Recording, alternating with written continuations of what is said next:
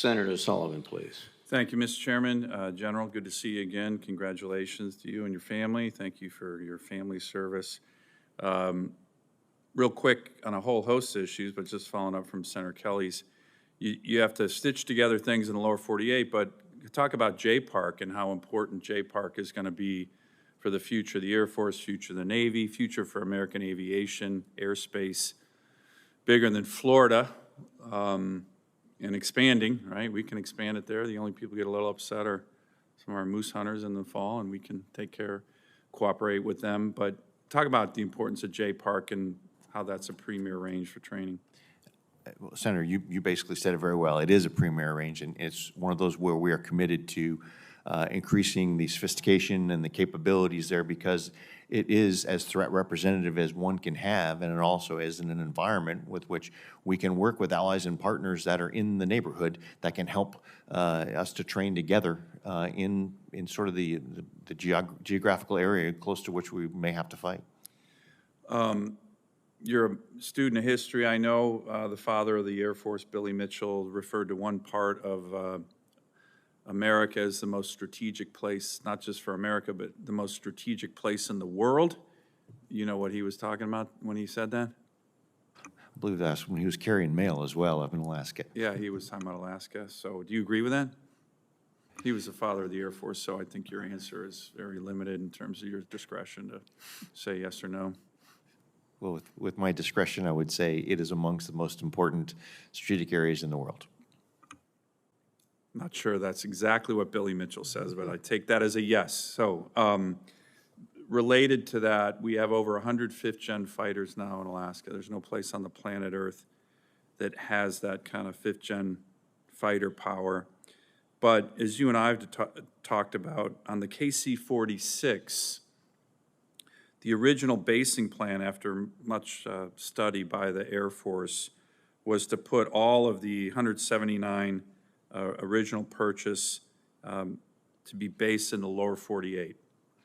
My own view, having dug into that a lot, I'm not sure how strategic that was. That may have been more budget-driven than strategy-driven. But now that the Air Force is leaning towards buying 75 more, can I get your commitment to take a look once again at basing some of those in Alaska, co-located with 105th Gen fighters, co-located with JPARC, which is the best training probably in the world. And as you know, General, if there's a fight in the Indo-PACOM region, even the aircraft in the lower 48, if they're getting over to Asia, are going to fly directly over Alaska. We have enormous ability to keep the jet fuel at Eielson. Can I get your commitment to look hard at that issue? I know we're looking at the KC-135s, but the KC-46s is strategically makes a lot of sense. I just don't understand everything in the lower 48. It doesn't make sense to me.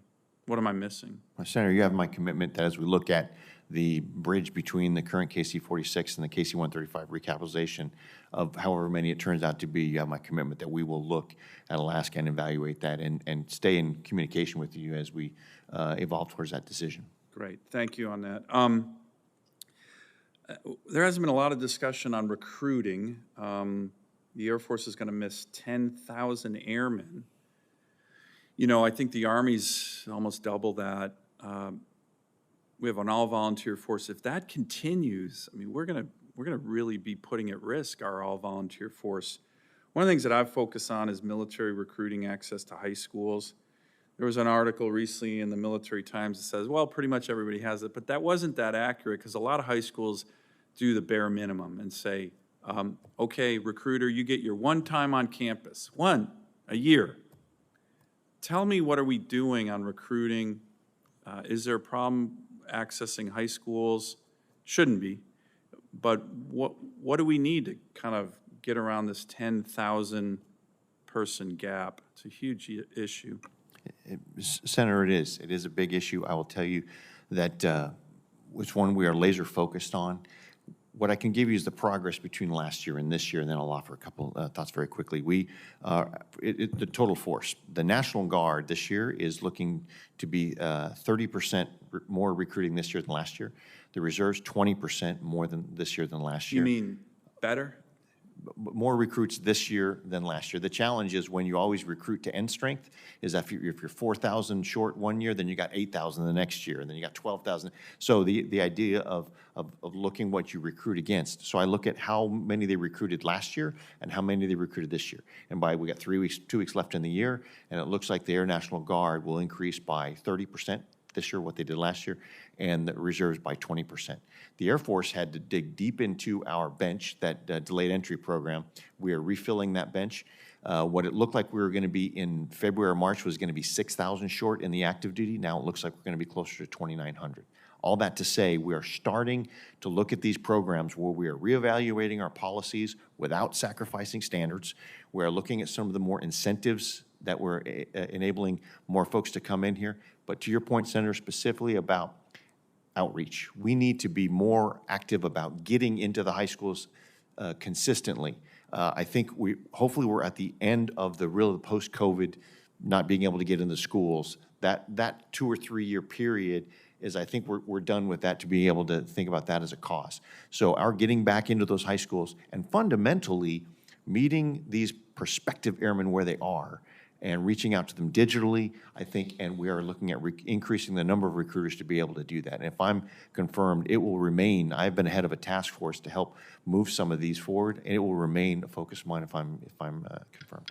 Great, thank you. And Mr. Chairman, I know there's been discussion on this. I just want to make one comment. Nobody's working as hard, I mean, as you and I and others on this issue of getting our flag officers confirmed, trying to find compromise. I do think there is certainly a role with the majority leader to start bringing some of the members of the Joint Chiefs to the floor for votes. That's what we've done for many years, and to deny that that's a part of the responsibility. We've been confirming all kinds of lower-ranking people. I think the majority leader needs to get involved in this as well, but I'm going to continue to work with you, Mr. Chairman, on this issue. I know it's very important to our flag officers, and I care deeply about it, but there's a role for everybody.